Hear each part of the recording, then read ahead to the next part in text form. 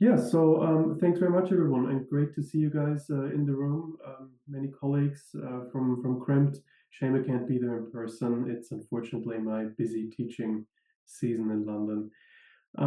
So let me get started then. So this is a sort of nice transition from Isabel's presentation because this also comes out of the same larger project. And with this paper that I'm working on with colleagues, what we're trying to really understand here is to broaden our understanding of how the corporate social innovation initiatives come about. So where they come from, who is involved, and what sort of logics they are based on. And I should say from the very beginning that this is work in progress. So this is something that we're working on as it is. So I'm presenting to you, where we stand with that and sort of emerging themes and insights.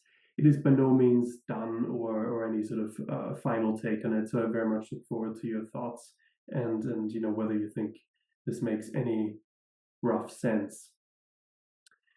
So prior work on this sort of area mostly looks on how multinationals develop global CSR policies, and it also looks at how they establish those across their international operations. But the focus in this prior work is usually on senior executives that are involved with that. So CSR is seen as something driven from the top, from senior executives, and then it looks at how these people push that around, mostly from headquarters to the various parts of the firm. There is relatively limited work on how these sorts of practices, socially responsible or CSR practices, can emerge from the company's network. So if we look at the firm as the sort of network of constituent parts around the world. Gabby Gutierrez Herta, for example, is working on something like this, but that is an exception. So most work looks at this as something that comes from headquarters and is spread outwards. But of course, if we look at the wider literature on practice transfer more generally, so not just social innovation, then that literature has long acknowledged that innovations can come from the periphery of the multinational. So this idea of reverse transfer of innovation or practices. But of course, that is primarily focused then on innovations that are created and spread purely within the multinational. So it doesn't really look at the possibility of innovations coming from outside the multinational or from a collaboration of people that are inside and outside the multinational. And so what we want to argue here is that social innovation often is the result of coalitions of actors that are both inside and outside the multinational. And these outside actors, they are usually part of organizations like professional or regulatory bodies, charities, pressure groups, trade unions, these kinds of things. And they then work together with actors that are located inside the firm. So those, they can be senior, of course, but often they're actually quite junior members of the organization, but they tend to be very passionate about an issue. And what they try to do then is to create buy-in from senior management for that innovation. And of course, this coalition between actors from inside and outside can then cross borders because it isn't necessarily bound to a specific part of the multinational, and it can also be from the periphery of the multinational. And so we think that in particular, this part of lower power junior actors pushing social innovation, so sort of creating this bottom-up type of innovation, has been overlooked in prior work, as has this kind of collaboration or coalition of actors inside and outside the firm. And so to examine that, we look at theory called strategic action fields of Flickstein and McAdam. And we use that to make sense of how actors create and spread social innovation across firms and also across countries. And so for this paper, we draw on 3 in-depth case studies that were part of this larger project that Isabel also talked about. And there are dozens of interviews associated with that. So we work with a lot of in-depth data for this. And so first off, the way we try to think of this from a theoretical perspective. So as I said, we use strategic action fields, and we try to think about how this applies here. So we've broken this down into sort of 3 dimensions that we're looking at. The first is the logic of the field. And so first, what do we mean, what do Philipp and Machado mean by strategic action and strategic action fields? So they define strategic action as the attempt by social actors to create and maintain stable social worlds by securing the cooperation of others. So that is crucial. It's about getting others involved, doing something as a group. The second then is fields. So what makes something a field? So this is about social orders where different actors interact with each other as, for example, like Adam say, under a set of common understandings about the purposes of the field, the relationships in the field, including who has power and why they have that power, and the field's rules. And they say that if that purpose is widely understood and shared within that field, then there is a logic of action operating. And so strategic action fields are useful because they allow us to look at this as a space where an idea for social innovation can come about, can be spread, and can be taken up by actors to become established as a practice and a social order, and therefore also gain a logic of action. Now, how big are these fields? They can vary greatly. So some fields will be very small, perhaps a part of a multinational. It can be the multinational itself, so the fields can overlap with the boundaries of the multinational, or it can be much larger than that.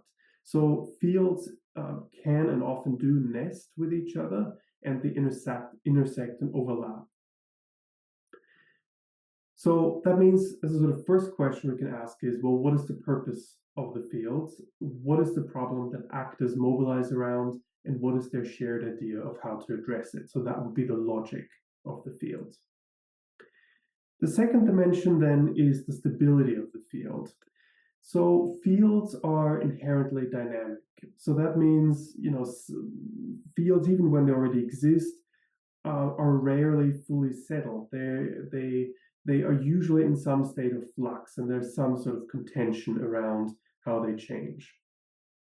And as we said, fields usually nest, so that means they relate to each other, they depend on each other.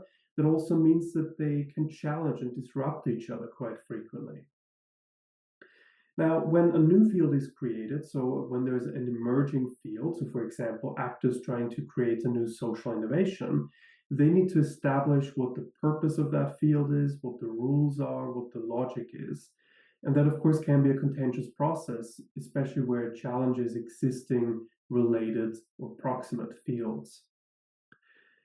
Whether they manage to achieve a sense of stability, so whether the emerging field becomes established, is shaped also by the membership of what is called a dominant coalition. So these are the people, the actors involved, and whether they have authority in related fields.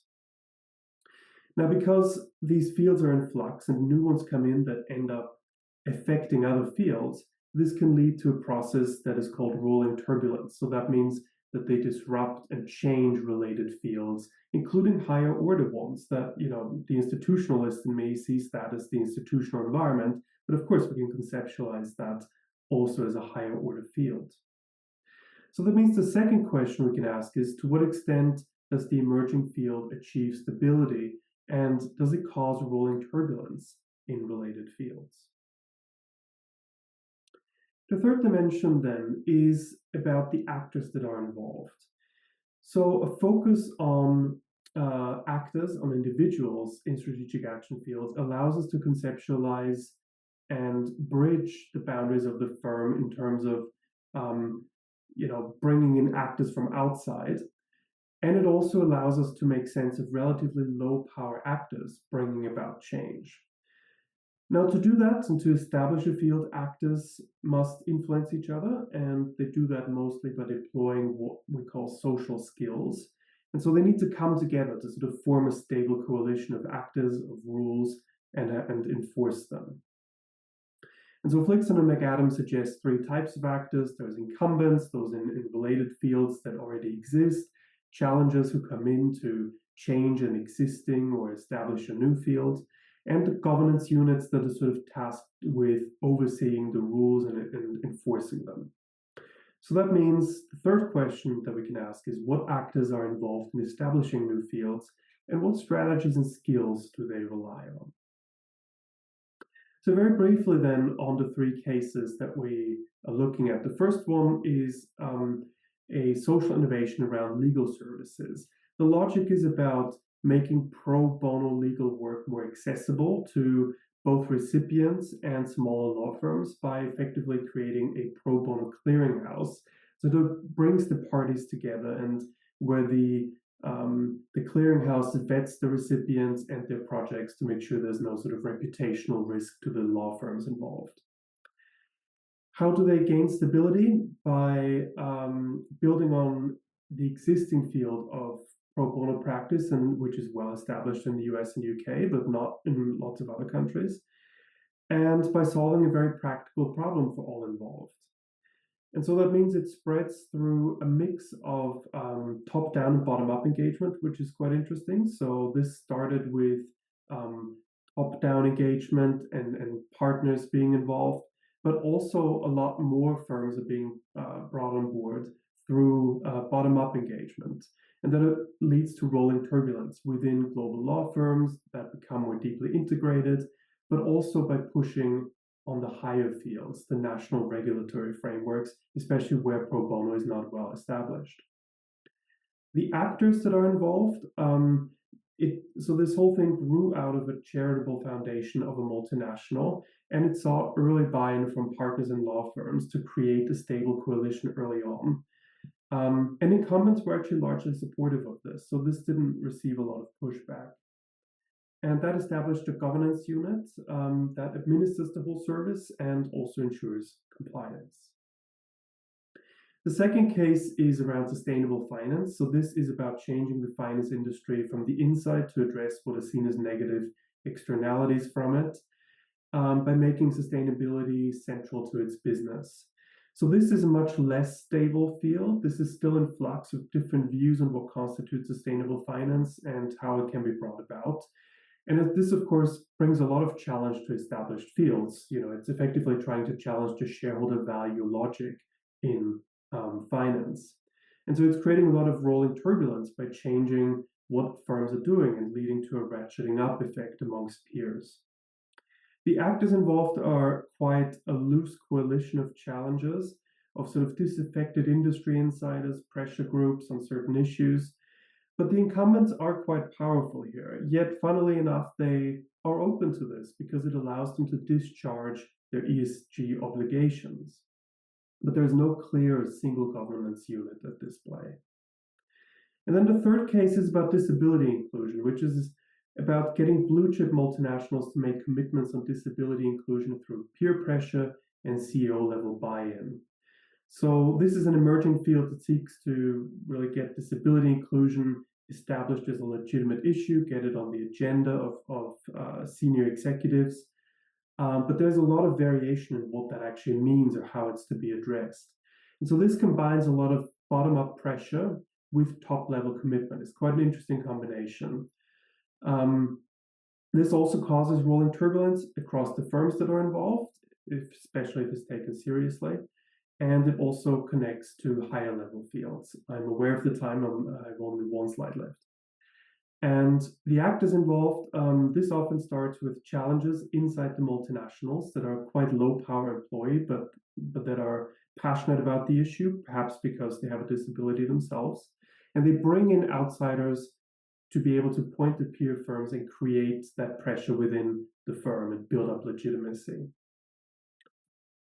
So where does it leave us? What are some conclusions to the extent we can draw them so far? Well, one is that emerging fields vary in their logic, but there are common threads of solving practical problems for participants, trying to change the industry, but also a lot around agenda setting for execs and creating legitimacy of an issue. It's difficult, clearly, to achieve stability if a field is too broad and diverse in purpose. We're seeing that with the finance initiative. And fields can cause rolling turbulence within the multinational and the wider setting. And the actors come from both within and outside the firm. And there's interesting dynamics of legitimacy seeking, bottom-up pressure, and creating top-down buy-in.